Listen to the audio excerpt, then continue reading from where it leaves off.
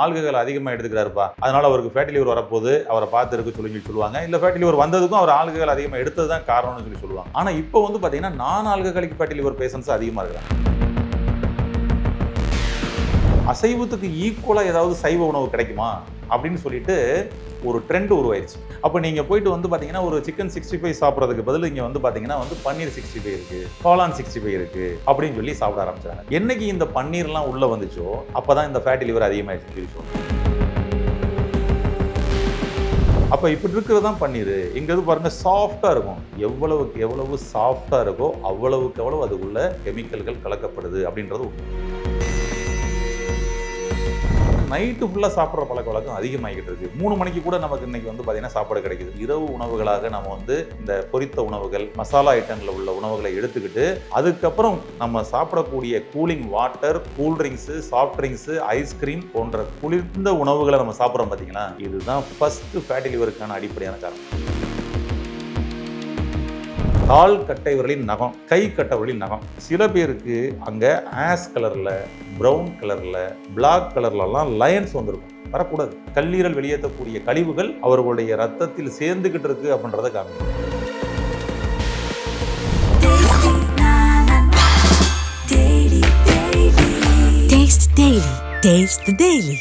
Chennai Silks Saree Sale. Latest collections at unbelievable prices. Up to 50% offer or branded gifts. Srinagar, Velachery, Cropate and Thiruvallur. Periyar Maniammai Institute of Science and Technology, Thanjavur. The world needs you.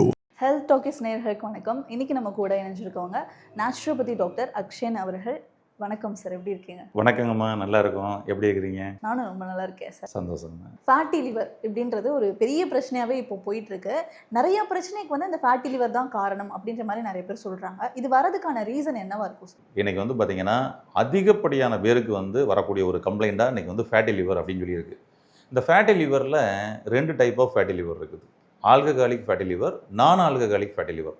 பெரும்பாலும் நாமெல்லாம் முன்னாடி கேள்விப்பட்டதெல்லாம் வந்து பார்த்திங்கன்னா alcohol அதிகமாக எடுத்துக்கிறாருப்பா, அதனால் அவருக்கு fatty liver வரப்போகுது, அவரை பார்த்து இருக்க சொல்லுவாங்க. இல்லை ஃபேட்டி லிவர் வந்ததுக்கும் அவர் ஆல்கஹால் அதிகமாக எடுத்தது தான் காரணம்னு சொல்லுவாங்க. சரிங்களா? ஆமாம். ஆனால் இப்போ வந்து பார்த்திங்கன்னா நான் ஆல்கஹாலிக் ஃபேட்டி லிவர் பேஷண்ட்ஸ் அதிகமாக இருக்கிறாங்க. இப்போ நமக்கு இங்கே சென்னையிலேயே ஆலந்தூர் பிரான்ச்சில் வந்து பார்த்தோம்னா இந்த நங்காநல்லூர் ஏரியாவிலேருந்து நிறைய பேர் வருவாங்க. நங்காநல்லூர் ஏரியா ஃபுல்லாக வந்து பார்த்திங்கன்னா பிராமின்ஸ் ஐயர், அவங்களாம் பார்த்திங்கன்னா என்னது சைவம், வெஜ்ஜு தான். ஆனால் நிறைய பேர் வந்து பார்த்திங்கன்னா இது எனக்கு வந்து ஃபேட்டி லிவருங்கன்னு சொல்லி வருவாங்க. அப்போ எங்களுக்கே அது ஆச்சரியமாக தான் இருந்தது. ஆஹா, இப்போ சமீபமாக இது வந்து கொஞ்சம் அதிகமாகிடுச்சு. இது நிச்சயமாக வந்து பார்த்திங்கன்னா உணவு முறை பழக்க வழக்கத்தினாலும் நம்முடைய லைஃப் ஸ்டைல் சேஞ்சஸ்னாலும் ஏற்பட்ட ஒரு விஷயம் தாங்க இது. அப்போ சைவம் மட்டுமே எடுத்துக்கிட்டு தான் இருக்கிறாங்க. ஆனால் இப்போ என்ன நடந்துருச்சுன்னா அசைவத்துக்கு ஈக்குவலாக ஏதாவது சைவ உணவு கிடைக்குமா அப்படின்னு சொல்லிட்டு ஒரு ட்ரெண்ட் உருவாயிருச்சு. அசைவம் சாப்பிடலை, ஆனால் அதுக்கு ஈக்குவலாக நான் வந்து சைவம் சாப்பிடணும், அவ்வளோதான் விஷயம். அப்போ நீங்கள் போயிட்டு வந்து பார்த்தீங்கன்னா ஒரு சிக்கன் 65 சாப்பிட்றதுக்கு பதில் இங்கே வந்து பார்த்தீங்கன்னா வந்து பன்னீர் 65 இருக்குது, காளான் 65 இருக்குது அப்படின்னு சொல்லி சாப்பிட ஆரம்பிச்சாங்க. சரிங்களா? என்னைக்கு இந்த பன்னீர்லாம் உள்ளே வந்துச்சோ அப்போ தான் இந்த ஃபேட்டி லிவர் அதிகமாகிடுச்சுன்னு சொல்லி சொல்லுவோம். நீங்கள் அந்த பன்னீர் தயார் பண்ணக்கூடிய கம்பெனிக்கு முடிஞ்சால் போய் ஒரு பேட்டி கேட்டு பாருங்கள். சரிங்களா? தெரியும். ஏன்னா ரியலாக நீங்கள் வீட்டில் பன்னீர் தயார் பண்ணலாம் இல்லையா? நீங்கள் வந்து வாங்கி அதை வந்து பாலாடை வந்து பார்த்தீங்கன்னா வந்து லெமன் போட்டு எல்லாம் நீங்கள் தயார் பண்ணலாம். ஆனால் பாருங்கள், சாஃப்டாக இருக்காது, ஹார்டாக தான் இருக்கும். ஆனால் நாம் எப்படி எதிர்பார்க்குறோம், அப்படி கீழே போட்டால் அப்படி ஜம்ப் ஆகணும், ஃபுட்பால் மாதிரி இருக்கணும். அது மாதிரி இருந்தால் தான் அது வந்து பன்னீர். சரிங்களா? அப்போ இப்படி இருக்கிறது தான் பன்னீர். இங்கே இது பாருங்கள், சாஃப்டாக இருக்கும்.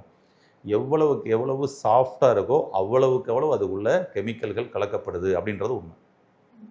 அப்போ இது நம்ம உடம்புக்குள்ளே கொஞ்சம் கொஞ்சமாக உள்ள போது பாருங்கள்.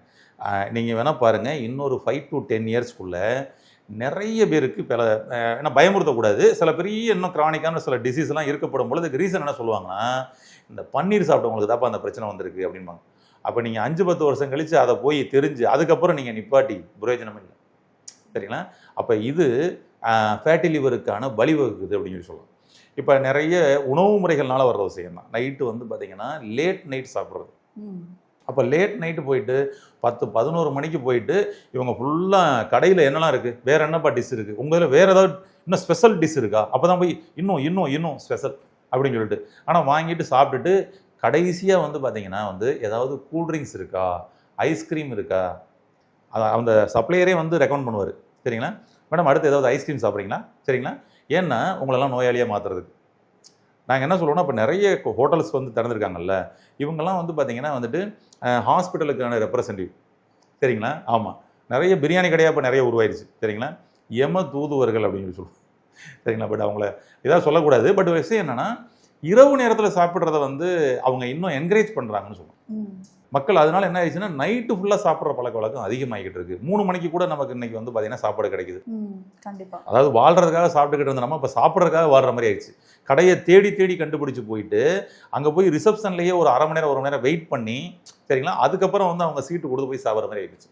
அப்போ இந்த உணவுகள் இரவு உணவுகளாக நம்ம வந்து இந்த பொரித்த உணவுகள், மசாலா ஐட்டங்களில் உள்ள உணவுகளை எடுத்துக்கிட்டு, அதுக்கப்புறம் நம்ம சாப்பிடக்கூடிய cooling water, cool drinks, soft drinks, ice cream போன்ற குளிர்ந்த உணவுகளை நம்ம சாப்பிட்றோம் பார்த்தீங்களா, இதுதான் ஃபஸ்ட்டு ஃபேட்டி லிவருக்கான அடிப்படையான காரணம். நீங்கள் ஹாட்டாக எடுத்துகிட்டு கோல்டு எடுக்கக்கூடாது. நீங்கள் அந்த இடத்துல நீங்கள் வந்து சுடு தண்ணி தான் சாப்பிடணும். அப்போ ஒரு வார்ம் வாட்டரை நீங்கள் வந்து சுடு தண்ணியாக ஹாட் வாட்டரோ சாப்பிட்டீங்க அப்படின்னா ஆட்டோமேட்டிக்காக என்ன ஆயிரும்னா, அது வந்து பார்த்தீங்கன்னா நீங்கள் சாப்பிட்டதுலேருந்து கொழுப்பாக கன்வெர்ட் ஆனதெல்லாம் கரைஞ்சி வெளியே போகிறதுக்கு சப்போர்ட் பண்ணி கொடுக்கும். ஆனால் குளிர்ச்சியாக ஒன்று கொடுத்துட்டிங்கன்னா அது இன்னும் சேர்ந்து உள்ளுக்குள்ளே ஒட்ட ஆரம்பிச்சிடும். நீங்கள் சில டெமோலாம் கூட நீங்கள் வந்து பார்க்க முடியும். அது மாதிரி வந்து பார்த்தீங்கன்னா கொழுப்பு ஃபேட்டதை வந்து பார்த்தீங்கன்னா சுடு தண்ணி ஊற்றா கரைகிறதும், அது மேலே கூலிங் வாட்டரை ஊற்றினா அது அப்படியே திறஞ்சு வந்து இதாகிறதும் நீங்கள் பார்க்க முடியும். உடம்புக்குள்ளேயும் அதான் நடக்குது. அதனால் ஃபஸ்ட்டு விஷயமே இந்த உணவு முறைகளில் தவறான பழக்க வழக்கங்களில் வர்றது தான் இந்த ஃபேட்டி லிவரே. இப்போது சில ஃபேட்டி லிவருக்கு சில அறிகுறிகள் இருக்கும். அறிகுறியுமே இல்லாமல் ஃபேட்டி லிவர் வரதுக்கு வாய்ப்பு இருக்கா? உடம்பு பேசுகிற அந்த அறிகுறிகளை இன்றைக்கி நம்ம காது கொடுத்து கேட்குறது இல்லைன்னு சொல்கிறோம். ஏன் அப்படின்னா, நம்ம இறைச்சலான உலகத்துக்குள்ளே வாழ்ந்துக்கிட்டு இருக்கிறோம். இந்த உடம்பு பேசுகிறது வந்து பார்த்திங்கன்னா, நாம் வார்த்தைகளாக பேசுகிறோம்ல, அது மாதிரிலாம் பேசுகிறது இல்லை. இந்த உடலின் மொழிகள் அது வந்து பார்த்திங்கன்னா சின்ன சின்ன அறிகுறிகளை நமக்கு நிச்சயமாக கொடுக்கும். அது தூதுவராக அது வந்து பேசும். ஆனால் நம்ம என்ன பண்ணிக்கிறோம்னா, இங்கே இறைச்சல்கள் உள்ளே வாழ்ந்துக்கிட்டு இருக்கிறோம். கைன்னு நம்மளே கத்திக்கிட்டு இருக்கிறோம். ஹெட்ஃபோனை மாட்டி எனி டைம் வந்து ஏதாவது மெசேஜை உள்ளே கொடுத்துக்கிட்டே இருக்கிறோம். நம்ம பேசிக்கிட்டே இருக்கிறோம். அமைதியாக இருக்கப்படும் பொழுது இந்த உடலின் மொழிகளை உங்களால் உணர முடியும். அப்போ ஃபேட்டி லிவர் வருது அப்படின்னா, அந்த ஃபேட்டி லிவர் வர்றதுக்கு முன்னாடி நம்ம உடம்புக்குள்ள சில உடலின் மொழிகள் மூலமாக சொல்லும்ல. எப்படி சொல்லும் அப்படின்னு சொல்லி சொன்னோம்னா, சில மொழிகளை சொல்கிறேன் பாருங்களேன், சரிங்களா? ஃபஸ்ட்டு விஷயம், அவர்களுக்கு கண்ணில் காமிக்க ஆரம்பிச்சிடும். கண் சார்ந்த பிரச்சனைகளை அவங்களுக்கு வந்து கொடுக்கும், சரிங்களா?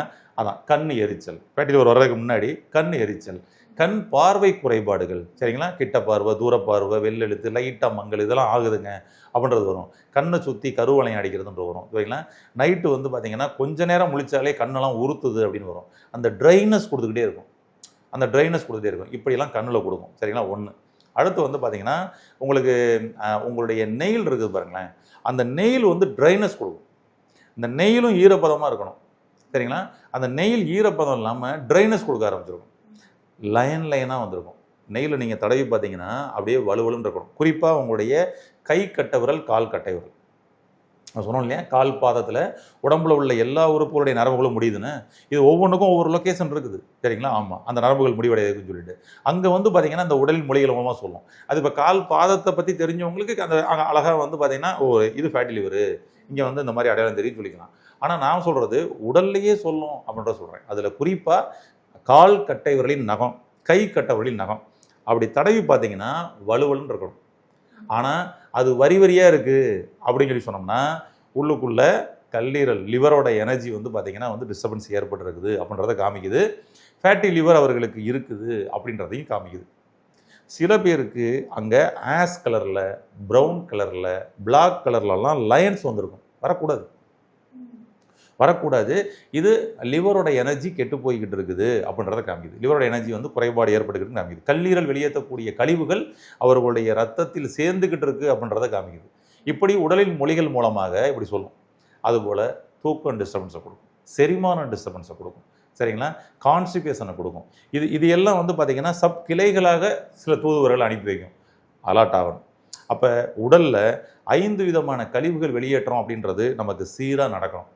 மோசனு, யூரினு, வியர்வை கழிவுகள், கார்பன் டை ஆக்சைடை வெளியேற்றக்கூடிய கழிவுகள், தூக்க கழிவுகள்.